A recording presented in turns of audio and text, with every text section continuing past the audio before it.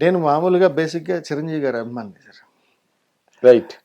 అంటే ఆయన నాకు ఆరాధ్య దైవం. ఎప్పుడో విజయనగరంలో ఉన్నప్పుడు 98, 99 ఆ టైముల్లో మేము ఆ కటౌట్లకి పాలాభిషేకాలు చేసి తెల్లవార్లు బిస్కెట్లు దండలు గుచ్చి ఆ ఎదుటి వాళ్ళు ఎవరో 30 లీటర్లు పాలు పోసారంటే మేము 50 లీటర్ల పాలు పోసి ఆ, దానికోసం నాన్నగారి జేబులో డబ్బులు దొంగతనం చేసి దెబ్బలు తిని చావు దెబ్బలు కొట్టేసి అయినా ఆ హీరో అంటే అంత పిచ్చి ఉన్న చిరంజీవి గారి అభిమాని. అంటే నేను నా కోరిక చిరంజీవి గారికి పాట రాసి నేను ఇప్పుడు ఇంతవరకు కలవలే ఆయన. ఎందుకంటే అతను నా మనసులో ఒక ఆరాధ్య దైవం.